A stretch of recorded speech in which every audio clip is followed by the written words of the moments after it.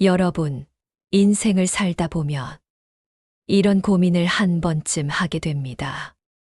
나는 왜 사람들에게 잘해주는데 돌아오는 건 상처뿐일까? 누구보다 친절했고, 누구보다 성심껏 도와줬는데, 정작 나는 외롭고 지쳐만 간다면 그 이유는 무엇일까요?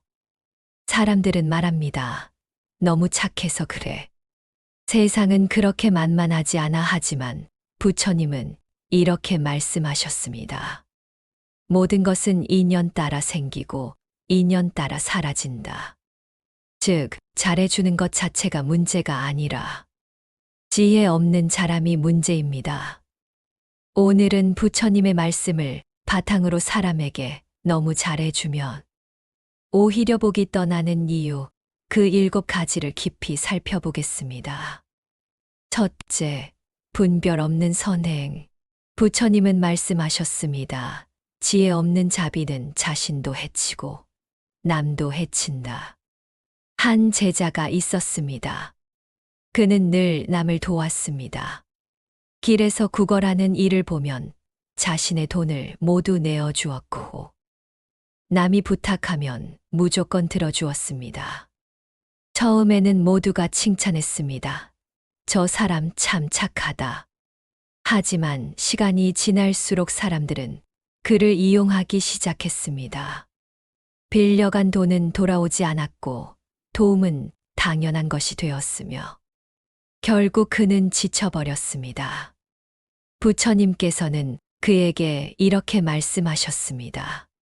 자비는 지혜와 함께할 때 비로소 참된 공덕이 된다. 분별 없는 자비는 업을 돕는 것일 뿐이다. 즉, 무조건적인 도움은 상대에게도 나에게도 해가 됩니다. 잘해주려면 지혜로운 분별이 필요합니다. 사실 우리는 어려움에 처한 이를 보면 마음이 흔들립니다. 돕지 않으면 안 되지 않을까? 내가 조금만 희생하면 저 사람이 살 수 있지 않을까? 이런 마음은 자비의 씨앗에서 비롯된 것입니다. 그러나 부처님은 늘 강조하셨습니다. 씨앗은 땅이 좋아야 자란다. 즉, 내가 베푼 선행이 상대의 업을 더 짙게 만들고 그의 게으름을 키우고 탐욕을 도와주는 일이라면 그것은 참된 자비가 아니라 업을 키우는 어리석음이 됩니다. 어느 마을에 늘 빚을 지는 사람이 있었습니다. 그는 남들에게 돈을 빌려 사치를 즐기고 돌려줄 마음은 없었습니다. 하지만 사람들은 불쌍하다 하며 그를 계속 도와주었습니다. 그 결과 그는 더 큰 빚을 지고 더 깊은 나락에 빠져갔습니다. 선행이 아니라 그의 게으름과 무책임을 키워준 것이지요. 부처님은 이런 상황을 보시고 말씀하셨습니다. 지혜 없는 선행은 불을 더 키우는 기름과 같다. 불을 끄고자 물을 부어야 하는데 잘못하면 오히려 불길이 더 거세지는 것과 같은 이치입니다. 우리가 진짜로 해야 할 일은 상대를 무조건 돕는 것이 아니라 그가 스스로 일어설 수 있도록 길을 비추는 것입니다. 물고기를 주는 것이 아니라 물고기 잡는 법을 알려주는 것이 참된 자비입니다. 그러므로 우리는 자비를 행하기 전에 스스로에게 물어야 합니다. 내가 지금 하는 이 도움은 정말 저 사람을 살리는가? 아니면 오히려 그의 업을 키우는가? 지혜로운 자비는 때로는 단호함이 됩니다. 불필요한 요구를 거절할 때 상대는 당장은 섭섭해하지만 훗날 그것이 진정한 자비였음을 깨닫게 됩니다. 부처님은 또 이렇게 말씀하셨습니다. 지혜로운 자는 남을 돕되 그 도움으로 상대가 스스로를 일으키게 한다. 결국 분별 없는 선행은 내 복을 떠나가게 하고 상대의 삶마저 흐리게 합니다. 그러나 지혜로운 분별 속의 자비는 나의 공덕을 밝히고 상대의 길을 환히 비춥니다. 여러분, 이제부터는 무조건적인 선행이 아니라 분별 있는 자비를 실천하십시오. 그때 비로소 나와 남이 함께 살아나는 진짜 복이 쌓여갑니다. 둘째, 인정받고자 하는 집착. 여러분, 이런 생각을 해본 적 있지요? 내가 이렇게 했는데 왜 고마워하지 않을까? 내가 없었으면 저 사람은 어떻게 살았을까? 그 순간 내 마음은 이미 선행이 아니라 집착이 되어 있습니다. 부처님은 말씀하셨습니다. 집착에서 행한 선행은 이미 선행이 아니다. 어느 노신도가 있었습니다. 그는 마을 사람들에게 늘 베풀었습니다. 하지만 속으로는 나 없으면 다들 힘들 거야. 이런 생각을 놓지 않았습니다. 그러던 어느 날 마을 사람들이 다른 일을 칭찬하자 그는 깊은 서운함을 느끼게 되었습니다. 그때 스님이 말했습니다.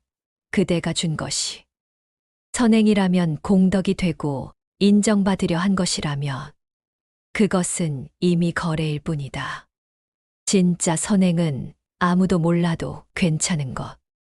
기대가 없을 때 그 자리에 복이 머뭅니다. 사람들은 흔히 말합니다. 착하게 살면 반드시 복이 온다.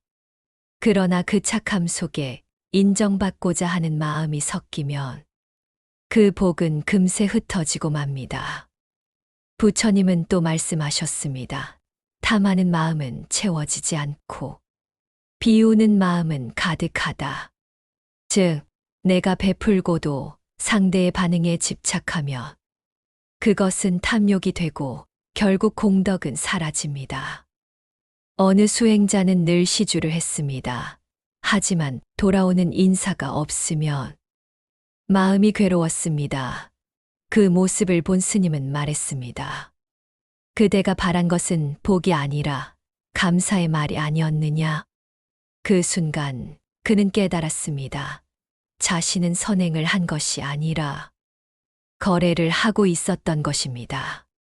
여러분, 진짜 선행은 아무도 몰라도 괜찮습니다. 내가 기억하지 않아도, 남이 인정하지 않아도 그 마음 자체가 이미 공덕이 됩니다. 그러므로 오늘 하루는 작은 선행을 하고도 기대하지 말아 보십시오. 내가 했으니 알아주겠지 보다는 그저 할 수 있어 감사하다는 마음으로 그 순간부터 복은 다시 여러분 곁에 머물 것입니다. 셋째, 자기 희생만 강요되는 관계. 부처님은 말씀하셨습니다. 그대 자신을 돌보지 않으면 남 또한 돌볼 수 없다. 어떤 이는 가족을 위해, 친구를 위해, 직장을 위해 자신을 모두 희생하며 삽니다. 처음에는 칭찬을 듣습니다. 정말 좋은 사람이야. 하지만 시간이 지나면 그는 병들고 원망이 쌓이고 결국 관계는 무너집니다. 부처님은 우리에게 말씀하십니다. 나를 잃는 자비는 참된 자비가 아니다. 내 마음과 몸을 먼저 돌보고 그 여유로 남을 돕는 것. 그것이 오래가는 복의 길입니다. 많은 이들이 착하게 산다는 것을 곧 자신을 희생하는 것으로 착각합니다. 남을 위해 모든 걸 내어주고 내 몫은 뒤로 미루며 끝내는 스스로 지쳐버리곤 합니다. 부처님은 말씀하셨습니다. 등불은 스스로를 태워 다른 일을 비추나 기름이 닿으면 빛도 사라진다. 나를 돌보지 않는 자비는 결국 불빛이 꺼져 남도 비추지 못하게 됩니다. 한 제자가 있었습니다. 그는 늘 남을 위해 일했습니다. 하지만 정작 자신은 늘 병들고 마음은 지쳐 있었습니다. 그 모습을 본 부처님은 말씀하셨습니다. 그대는 남을 구하려 하면서 스스로를 구하지 않는구나. 이는 물에 빠진 이를 붙잡고 함께 빠지는 것과 같다. 자기 희생만 강요되는 관계는 결국 누구에게도 도움이 되지 않습니다. 상대는 그것을 당연히 여기고 나는 점점 마음이 메말라 갑니다. 마침내는 왜 나만 이렇게 고생할까? 원망이 싹트게 되지요. 부처님은 또 말씀하셨습니다. 자신을 사랑하는 이는 남도 사랑할 수 있다.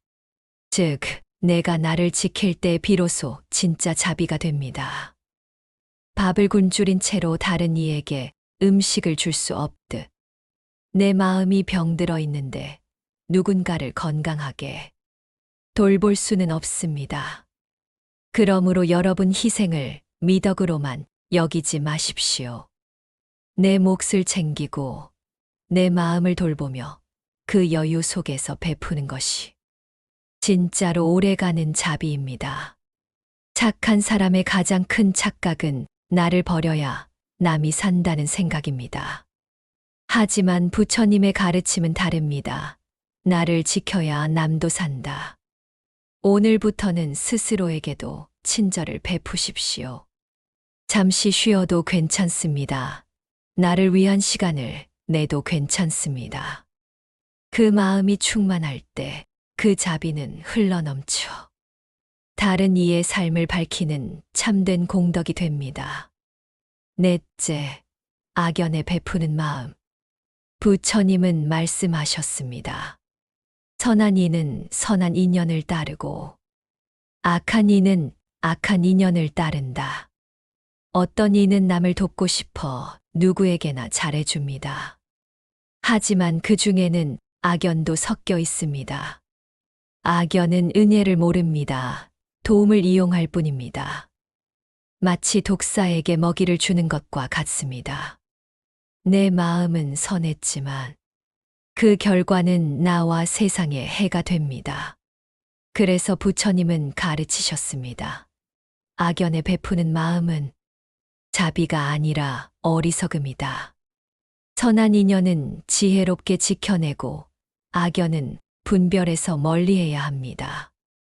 부처님은 자비를 강조하셨지만 그 자비는 결국 무차별적인 것이 아닙니다. 자비에는 반드시 지혜가 따라야 하며 분별 없는 자비는 오히려 독이 됩니다. 한 제자가 있었습니다. 그는 누가 도움을 청하든 거절하지 않았습니다. 하지만 그 중에는 남을 해치는 일에 쓰이는 경우도 있었습니다. 그 결과 제자는 착하다는 평판은 얻었지만 세상에 해를 끼운 죄까지 함께 짊어지게 되었습니다. 그때 부처님은 말씀하셨습니다. 독사에게 젖을 먹이는 이는 그 독에 먼저 물리게 된다. 악연은 은혜를 모릅니다. 되려 선행을 빌미로 더 많은 요구를 하고 결국 내 삶을 병들게 만듭니다. 우리는 흔히 착해야 한다는 생각 때문에 모든 부탁을 들어주려 합니다. 그러나 그것이 상대의 탐욕을 키우고 게으름을 부추기며 또 다른 해를 낳는다면 그것은 자비가 아니라 어리석음입니다. 부처님은 또 이렇게 말씀하셨습니다. 악연에 베푸는 것은 그의 업을 키우는 것이요 선연에 베푸는 것은 그의 길을 밝히는 것이다. 그러므로 우리는 선행을 하기 전 잠시 멈추고 살펴야 합니다. 이 도움은 그를 바른 길로 이끄는가? 아니면 그의 업을 더 짙게 하는가? 만약 도움으로 인해 상대가 스스로의 삶을 돌아보고 바른 길을 찾게 된다면 그것은 참된 공덕이 됩니다. 하지만 도움에도 불구하고 그가 더욱 탐욕에 빠지고 더 큰 업을 짓게 된다면 그때는 단호히 거절하는 것이 진짜 자비입니다. 착하다는 말에 집착하지 마십시오. 부처님은 말씀하셨습니다. 어리석은 착함은 스스로를 해치고 세상도 어둡게 한다. 자비와 지혜는 언제나 함께 갑니다. 그 지혜로운 분별이 있을 때만 자비는 참된 공덕이 되고 복은 내 곁에 머뭅니다. 다섯째, 불평 속의 선행.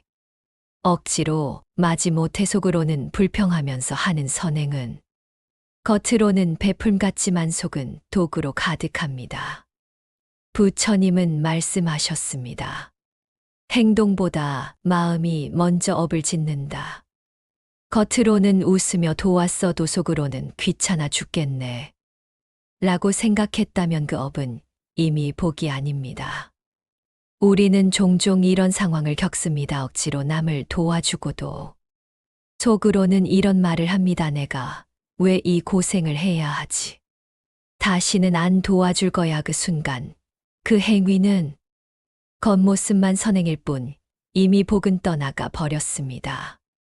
부처님은 말씀하셨습니다. 말과 마음이 다르면 그 행위는 공덕이 되지 못한다. 선행은 단지 행동으로만 완성되는 것이 아닙니다. 그 안에 담긴 마음의 빛이 진짜 복을 불러옵니다. 진짜 선행은 크고 화려할 필요가 없습니다. 따뜻한 말 한마디, 작은 배려 하나도 감사의 마음이 담기면 큰 공덕이 됩니다. 반대로 억지로 한 큰 선행도 불평과 원망이 섞이면 그 업은 무겁게 쌓이고 맙니다. 부처님은 또 말씀하셨습니다. 작은 일에도 기쁜 마음으로 하면 그 복은 산처럼 쌓이고 큰 일도 원망 속에 하면 그 복은 티끌처럼 흩어진다. 그러므로 오늘부터는 억지로 하지 말고 작은 것이라도 기쁜 마음으로 해보십시오. 이 일을 할 수 있어 감사하다. 내가 줄 수 있는 마음이 남아있어 다행이다. 이 마음이 곧 복의 그릇이 됩니다. 그 그릇이 밝아질 때 선행은 업이 아니라 참된 공덕으로 남습니다. 여섯째, 균형 없는 인연. 부처님은 말씀하셨습니다. 인연 따라 주고 인연 따라 거두라. 관계란 주고받음에 균형이 있어야 합니다. 내가 주기만 하고 상대는 받기만 한다면 그 인연은 오래가지 못합니다. 부처님은 이렇게 말씀하셨습니다. 주는 손이 거두지 못하면 그 손은 결국 지쳐 무너진다. 건강한 관계는 내가 주기도 하고 상대도 내게 주기도 하는 것. 그 균형이 깨지면 나의 선행은 복이 되지 못하고 오히려 상처만 남습니다. 사람들은 흔히 말합니다. 주는 것이 더 큰 복이다. 맞습니다. 그러나 부처님은 덧붙이셨습니다. 주는 이도 기뻐야 하고 받는 이도 감사해야 한다. 이 말은 곧 균형 잡힌 흐름이 인연을 건강하게 만든다는 뜻입니다. 한 제자가 있었습니다. 그는 늘 남에게 베풀었지만 정작 자신은 늘 지쳐 있었습니다. 상대는 고마워하기보다 더 많은 것을 요구했습니다. 그 모습을 본 부처님은 말씀하셨습니다. 강물이 한쪽으로만 흐르면 언젠가 말라버린다. 주기만 하는 인연은 마치 강물이 흘러나가기만 하고 다시 채워지지 않는 것과 같습니다. 결국 그 물은 메말라지고 나의 마음도 고갈되고 맙니다. 반대로 받기만 하는 사람은 감사를 잃습니다. 당연히 주는 거지 내가 해야 마땅하다. 이런 마음은 곧 탐욕이 되어 그의 복까지 잃게 만듭니다. 부처님은 또 말씀하셨습니다. 주는 손이 거두지 못하면 그 손은 무너지고 받는 손이 감사하지 않으면 그 손은 텅 빈다.